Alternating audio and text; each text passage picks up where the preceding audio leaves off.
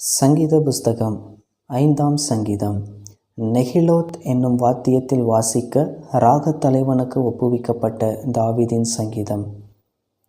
கர்த்தாவே, என் வார்த்தைகளுக்கு செவிகொடும், என் தியானத்தை கவனியும். நான் உம்மிடத்தில் விண்ணப்பம் பண்ணுவேன். என் ராஜாவே, என் தேவனே, என் வேண்டுதலின் சத்தத்தை கேட்டருளும். கர்த்தாவே, காலையிலே என் சத்தத்தை கேட்டருளுவீர். காலையிலே உமக்கு நேரே வந்து ஆயத்தமாகி காத்திருப்பேன். நீர் துன்மார்க்கத்தில் பிரியப்படுகிற தேவன் அல்ல. தீமை உம்மிடத்தில் சேர்வதில்லை. வீம்புக்காரர் உம்முடைய கண்களுக்கு முன்பாக நிலைநிற்க மாட்டார்கள். அக்கிரமக்காரர் யாவரையும் வெறுக்கிறீர். பொய் பேசுகிறவர்களை அழிப்பீர். இரத்த பிரியனையும் சூதல மனுஷனையும் கர்த்தர் அருவருக்கிறார். நானோ உமது மிகுந்த கிருபையினாலே உமது ஆலயத்துக்குள் பிரவேசித்து உமது பரிசுத்த சந்ததிக்கு நேரே பயபக்தியுடன் பணிந்து கொள்ளுவேன்.